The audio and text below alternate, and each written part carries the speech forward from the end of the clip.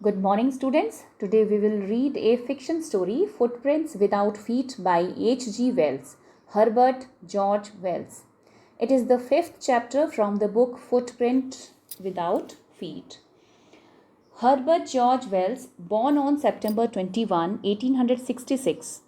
He was an English novelist. He was prolific in writing dozens of novels, short stories, and work of social commentary, satires, biographies, and autobiographies.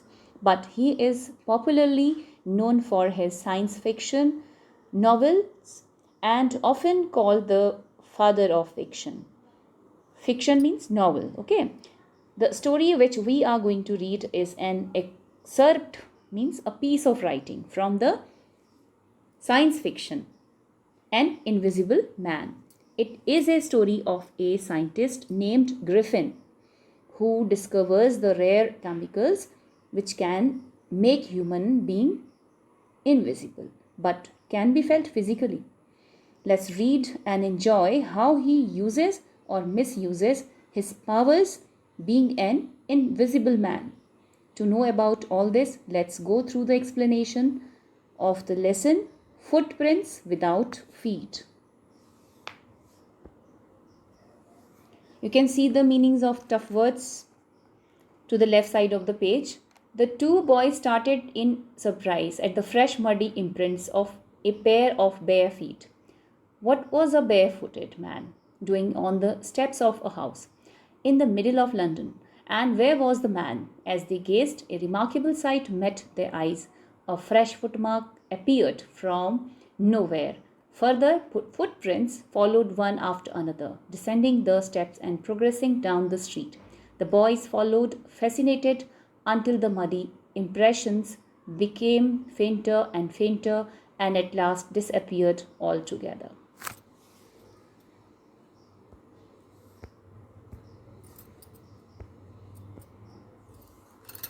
The explanation of the mystery was really simple enough. The bewildered boys had been following a scientist who had just discovered how to make the human body transparent. Griffin, the scientist, had carried out an experiment after experiment to prove that the human body could become invisible. Finally, he swallowed certain rare drugs and his body became as transparent as a sheet of glass. Through it also remained as solid as glass. Brilliant scientist though he was, Griffin was rather a lawless person. His landlord disliked him and tried to eject him. In revenge, Griffin set fire to the house. To get away without being seen, he had to remove his clothes. Thus, it was that he became a homeless wanderer, without clothes, without money, and quite invisible, until he happened to step in some mud and felt footprints as he walked. Okay.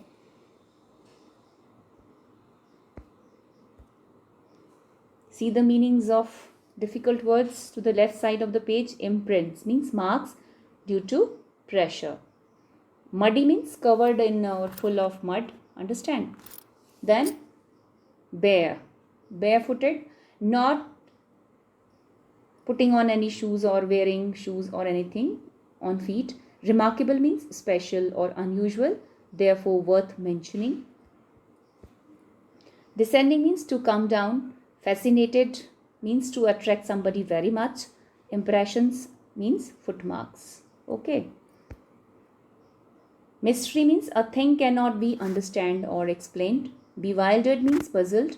Confused. Transparent means invisible. Invisible, transparent. Now let's go through the meaning of the paragraph. So, in the beginning of the story, there are two boys who suddenly noticed a few muddy prints of bare feet. They started wondering that what was a barefoot man doing on the steps of a house in the middle of London. Then they started thinking that where was the man as he was nowhere to be seen. They suddenly saw another footmark. The man was still not visible. They started following the footprints. They followed them until the footprints became invisible.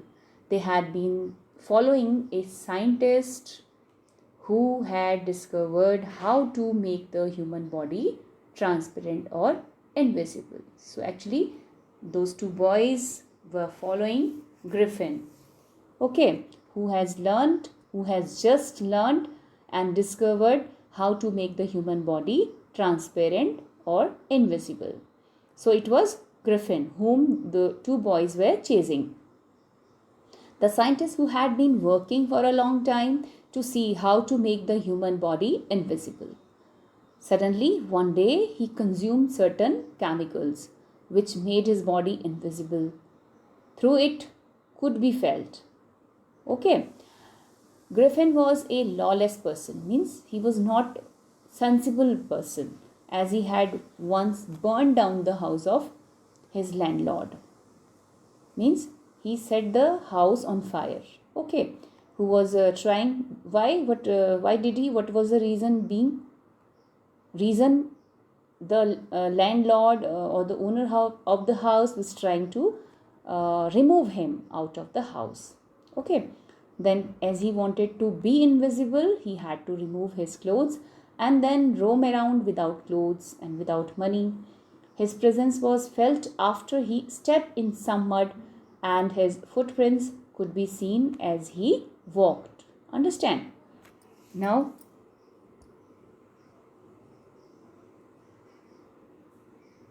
next page.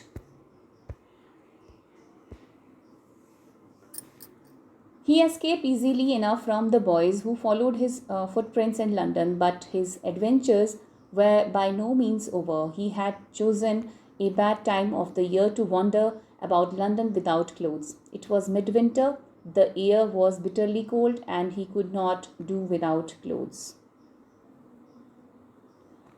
Instead of walking about the street, he decided to slip into a big London store for vomit. Closing time arrived, and as soon as the doors were shut, Griffin was able to give himself the pleasure of clothing and feeding himself without regard to expense. He broke open boxes and wrappers and fitted himself out with warm clothes, soon with shoes, an overcoat, and a wide brimmed hat. He became a full dressed and visible person in the kitchen of the restaurant. He found cold meat and coffee,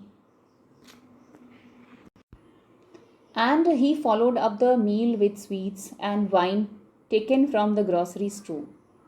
Finally, he settled down to sleep on a pile of quills. If only Griffin had managed to wake up in the good time, all might have been well. As it was, he did not wake up until the assistants were already arriving next morning, when he saw a couple of them approaching.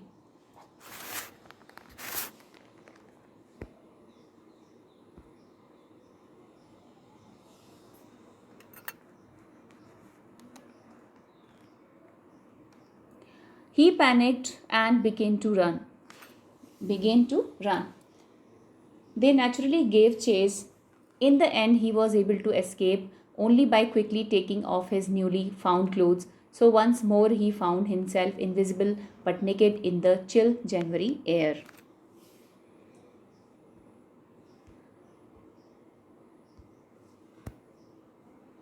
You can see the meanings of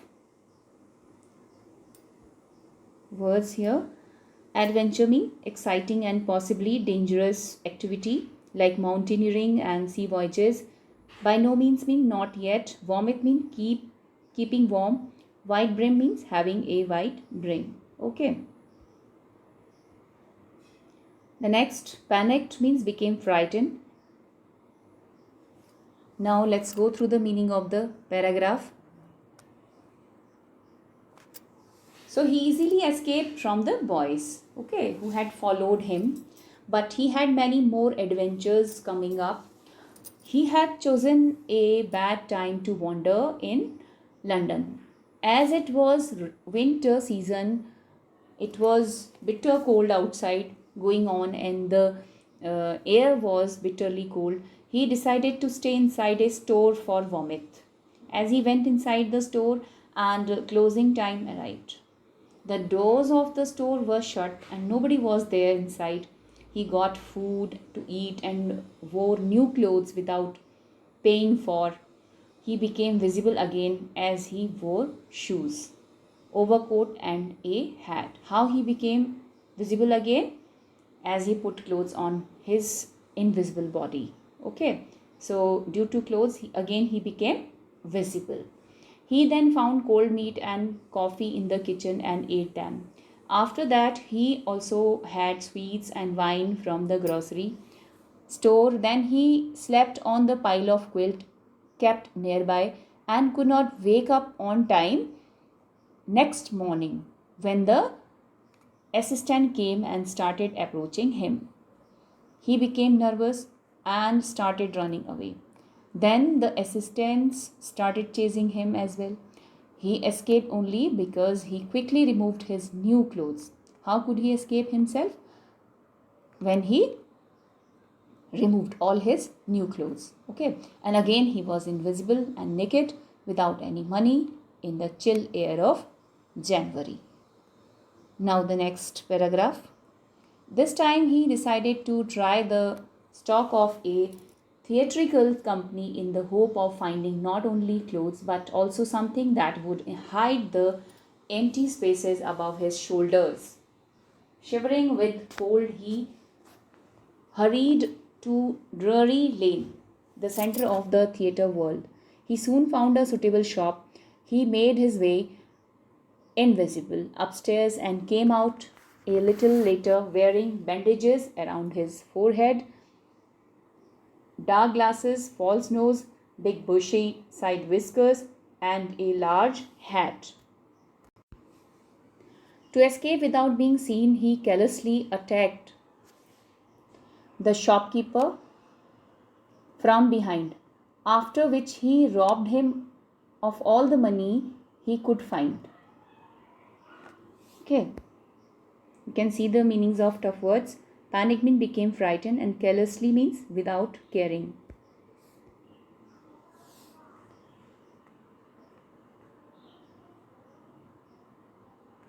Now, eager to get away from crowded London, he took a train to the village of Epping, where he booked 2 rooms at the local inn. The arrival of a stranger at an inn in winter was in any case an unusual event.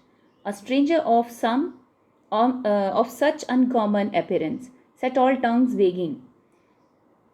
Mrs. Hall, the landlord's wife, made every effort to be friendly, but Griffin had no desire to talk and told her, "My reason for coming to Epping is a desire for solitude. I don't want to be disturbed in my work. Besides, an accident has affected my face." Mrs. Hall, the landlord's wife, made every effort to be friendly, but Griffin had no desire to talk and told her, "My reason for coming to Epping is desire for solitude. I don't wish to be disturbed in my work. Besides, an accident has affected my face." Satisfied that her guest was an eccentric scientist, and in view of the fact that he had paid her in advance, Mrs. Hall was prepared to excuse his strange habits and irritable temper. But the stolen money did not last long, and presently Griffin had to admit that he had no more ready cash. He pretended, however, that he was expecting a check to arrive at any moment. Shortly afterwards, a curious episode occurred. Very early in the morning, a clergyman and his wife were awakened by noises in the study. Creeping downstairs, they heard the chink of money being taken from the clergyman's desk. Without making any noise and with a poker grasped firmly in his hand, the clergyman flung open the door. "Surrender." Now, you can see the meanings of tough words. Theatrical means relating to acting, actors, or the theatre. Okay. There are some meanings behind. Just I think you have read already them. Now, wagging. See, set all tongues. Wagging means to do something that people will talk about in an unkind way. Solitude means being alone, especially when you find this pleasant. And eccentric means strange, unusual, weird. Okay. Now, there is one more word, clergyman. Clergyman means you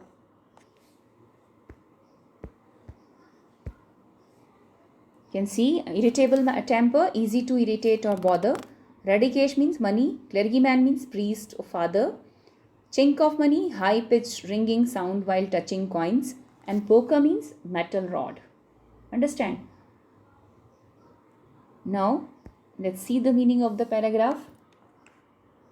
Now, this time Griffin decided to try the clothing of the theatrical world, as he knew that he would surely find something there to cover his face with. He quickly reached Drury Lane, the center of the theatrical world. As he was shivering with cold, trembling with cold, he found a shop according to his needs and entered it. He came out wearing bandages around his forehead, false nose, side whiskers. You know whiskers? They are around the coat, okay, or overcoat, and a hat. Then, as he did not have any money, he attacked a shopkeeper and looted him of all his money. Then he felt that London was too crowded and decided to go to small village nearby named Epping. He took a train and booked 2 rooms in the local inn. The event of a stranger coming and staying at the inn in the winter night was not a normal thing to happen in Epping, and all the localites started talking about it also because Griffin looked very strange. Okay.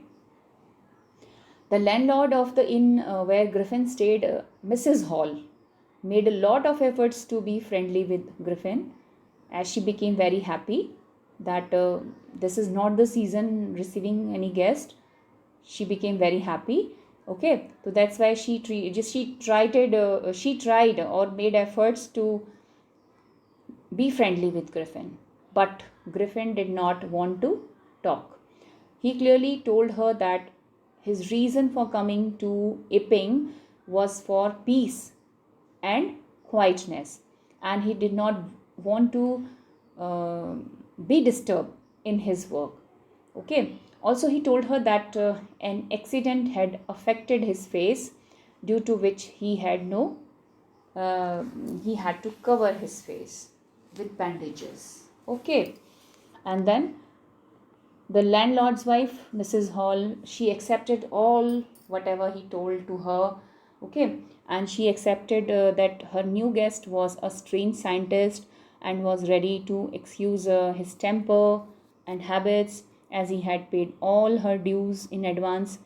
Then the time came when his money was over and he had no ready cash available for further payment at the inn to Mrs. Hall. He had to pretend that he was waiting for a check. Okay. What did he do? He pretended that he was waiting for a check which could arrive at any moment. Then something really strange happened. What happened? There was a clergyman and his wife in the village, okay, and they were awakened by some noises in their study room. When they were coming downstairs, who were coming downstairs? Husband and wife. They could hear the sound of money being taken from the clergyman's desk or the drawer, okay. The clergyman held a metal rod in his hand and flung the door open, and as soon as he opened the door, he said, "Surrender," as he thought he had caught the thief. Understand? But he could not do so. He could not caught the thief. Before he caught him, the thief ran away from there. Who was the thief actually? He was Griffin. Thief was Griffin. Understand? Now the next paragraph. Then, to his amazement, he realized that the room appeared to be empty. He and his wife looked under the desk and behind the curtains, and even up the chimney. There wasn't a sign of anybody, yet the desk had been opened and the housekeeping money was missing. Extraordinary affair, the clergyman kept saying for the rest of the day, but it was not as extraordinary as the behavior of Mrs. Hall's furniture a little later that morning. The landlord and his wife were up very early and were surprised to see the scientist's door wide open. Usually it was shut and locked, and he was furious if anyone entered his room. The opportunity seemed too good to be missed. They peeped round the door. Uh, See this paragraph. They peeped round the door, saw nobody, and decided to investigate. Okay, they entered into the room. Okay, whose room? Griffin's room. The bedclothes were cold, showing that the scientist must have been up for some time. And stranger still, the clothes and bandages that he always wore were lying about the room. All a sudden, Mrs. Hall heard a sniff close to her ear. A moment later, the hat on the bedpost leapt up and dashed itself into her face. Then the bedroom chair became alive. Springing into the air, it charged straight at her, legs foremost. As she and her husband turned away in terror, the extraordinary chair pushed them both out of the room and then appeared to slam and lock the door after them. Mrs. Hall almost fell down the stairs in hysterics. She was convinced that the room was haunted by spirits and that the stranger had somehow caused these to enter into her furniture. My poor mother used to sit in that chair, she moaned. To think it should rise up against me now.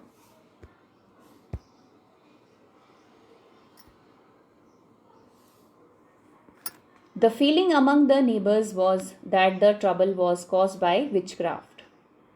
But witchcraft or not, when news of the burglary at the clergyman's home became known, the strange scientist was strongly suspected of having had a hand in it. Suspicion grew even stronger when he suddenly produced some ready cash. Though he had admitted not long before that he had no money, the village constable was secretly sent for. Instead, waiting for the constable, Mrs. Hall went to the scientist, who had somehow mysteriously appeared from his empty bedroom. I want to know what you have been doing to my chair upstairs, she demanded. Who is scientist here? Griffin. Okay. She demanded. And I want to know how it is you came out of an empty room and how you entered a locked room. Okay. Now the meaning of the paragraph. First of all, you see the meanings of difficult words. Peeped means to look something quickly and secretly through a small opening. Sniff means sound made by nose while breathing air. And bedpost means upright support of bed. Dashed means struck. Okay. Springing means jumping. Foremost in front. Slam means close quickly. Hysterics, widely emotional reaction. Convinced, completely sure about something. Moaned means to make a long, low sound of pain. Suffering means suffering. Okay. And then springing means jumping. Next word is witchcraft, means practice of magic. Burglary means robbery. Suspicion, the act of suspecting, doubt. Mysteriously means in a strange way. Now let's go through the meaning of the paragraph.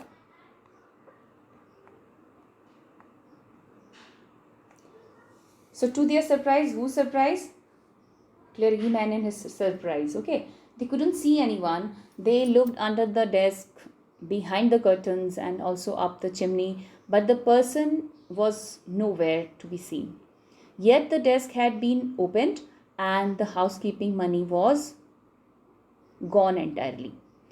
Then the clergyman kept on saying, extraordinary affair, the whole day because he was shocked by the incident. Why did he say the affair extraordinary?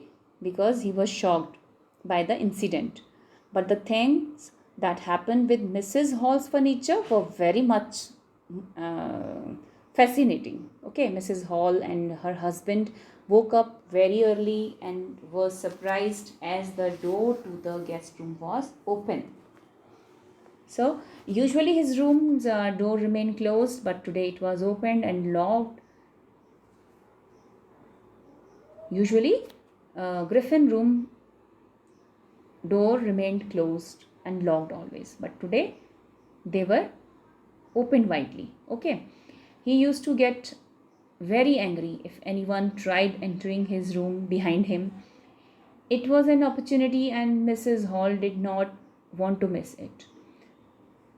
They just want to both husband and wife want to see into his room to find out something about him. So they decided to investigate when they saw that he is not in the room. His bed sheets were cold, which showed that he must have been up for a while, and also all the bandages with which he covered his face,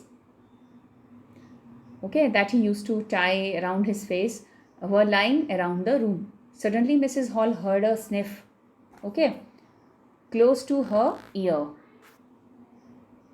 And Griffin's hat that was lying on the bedpost flung towards Mrs. Hall and hit her on her face. Means she saw everything appearing before her. Seeing anyone? Invisible. Nobody was there, but things were coming one by one before her. Understand? Then the chair in the room dashed itself, hitting Mrs. Hall in her legs. As they got scared, Mrs. Hall and her husband were going out of the room when the chair closed the door, and suddenly a sound of slamming the door and locking were heard. So this terrorized Mrs. and Mr. Hall, and Mrs. Hall was about to fall down from the stairs. And now she was convinced of the thought that there were spirits in her room or in her inn. Okay, and that the stranger had caused this, means the stranger caused the spirit to put to the furniture, means who just is responsible for all these things, for the witchcraft. Griffin is responsible. He just made it cause to happen. Understand? And then she moaned, means she cried that her mother used to sit in the chair which hit her legs, and thought that how could it rise up against her. Okay, the chair on which her mother used to sit, that rise against her up. The neighbors of Mrs. Hall thought that it was witchcraft which had caused such a thing to happen. When the news of the burglary at the clergyman's house reached other people in the town or the village, everyone started suspecting the strange scientist, means Griffin. Suspicion grew stronger and stronger on him when he produced ready cash for his payment at the inn. Even though he had told sometime back that he didn't have money and was waiting for a check to arrive, the village constable was called for, and Mrs. Hall did not want to wait for him. Okay, she went straight to Griffin, means she did not wait for the constable, and she went to Griffin as he had appeared from the empty bedroom at the inn. She asked him what had he been doing upstairs to her chairs and furniture. She also asked him how did he come out of the empty bedroom or enter the locked bedroom, or why did he not enter the inn from the main gate. Understand? Now the next paragraph.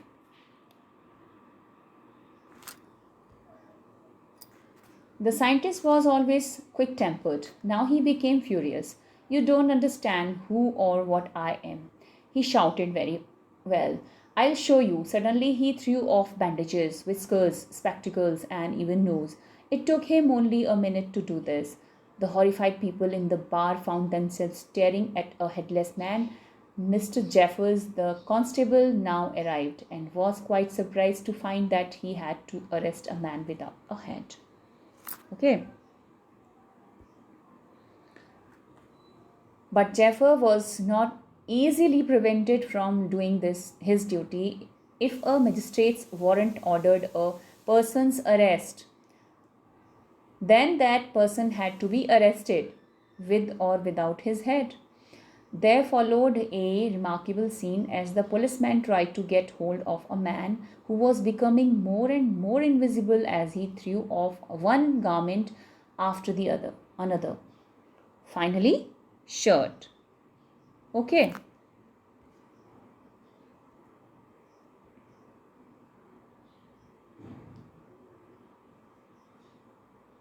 Flew into the air, and the constable found himself struggling with someone he could not see at all. Some people tried to help him but found themselves hit by blows that seemed to come from nowhere.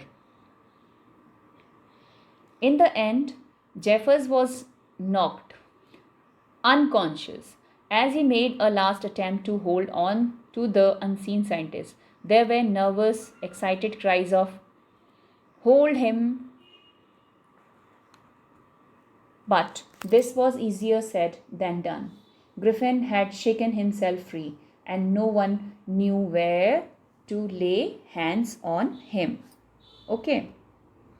Now the meaning of the paragraph. First of all, you should go through the difficult meanings. Quick tempered means losing temper quickly. Furious means very angry. Horrified, very shocked. Unconscious, not being awake and aware of things around you. Now and you know already meaning of magistrate, a civil officer who administers the law, especially one who conducts a court. Okay. Then the meaning of the paragraph.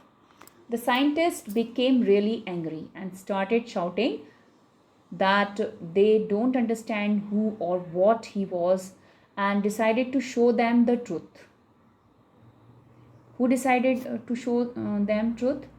Griffin. Okay. He removed his bandages, whiskers, spectacles, and also his nose. It took him just a minute to do all this, and the people in the bar were horrified. Actually, nose was fake. He just bought it from the Drury Lane, so it was a fake. Now, so it took him just a minute to do all these things, and the people in the bar were horrified. They were afraid of the scene. As they looked at the headless man, Mr. Jeffers, who was the constable of the village, was surprised as he saw that he had to arrest a man without any head, or simply invisible man. But Jeffers still wanted to do his duty, as he knew that the magistrate of city wanted him to arrest the person, and it did not matter that he had a head or not. As he threw away more and more of his belongings, means clothes and hat and all that, okay, he became more and more invisible, and finally, after Griffin removed his shirt, at last he removed his shirt, he was nowhere to be seen, and Jeffers was struggling to arrest a man who had become completely invisible. Now people who tried helping Jaffer were also struggling as they were hit by blows from nowhere. They were unable to know that from where they are being blown or struck. As Jaffer made his last attempt to catch hold of the invisible man, he was knocked unconscious by the invisible man. Who was knocked unconscious? Jaffer. Okay. constable, Jaffers constable. Everybody was shouting, hold him, repeatedly, but Griffin had set himself free from them and nobody could understand how to catch him. So this way, he just escaped from there, away. So at last, to conclude the story, Footprints Without Feet, the story of a brilliant scientist, Griffin, who degenerated himself into a lawless person. Griffin discovered that the human body could become transparent and invisible, but he misused his great discoveries. Okay, he didn't use the power of invisibility for the welfare of the society or humanity at large. He misused it to threaten, trouble, and beat innocent people and rob them. Understand?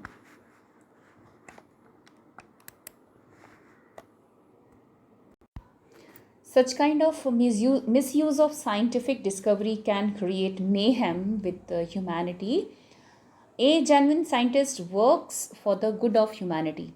He believes in making human lives more comfortable, easier, and pleasurable. He does not misuse his inventions for his selfish motive or personal gains. However, Griffin, despite being a brilliant scientist, misused his discovery. Okay, so using his discovery, he made him invisible and started to trouble his landlord, rob clothes and money, steal food and wine. He misuses of his discovery, only disturbed peace and created havoc in the society. Such scientists who make use of their inventions for avenging others ending up being lawless people. Understand? But finally, he escaped from the village. Now, what is the ultimate end of the story? Actually, at last, he died in the novel. Okay, so in your book, it is an excerpt from the novel An Invisible Man. So that's all about the chapter A Footprint Without Feet. Thank you so much.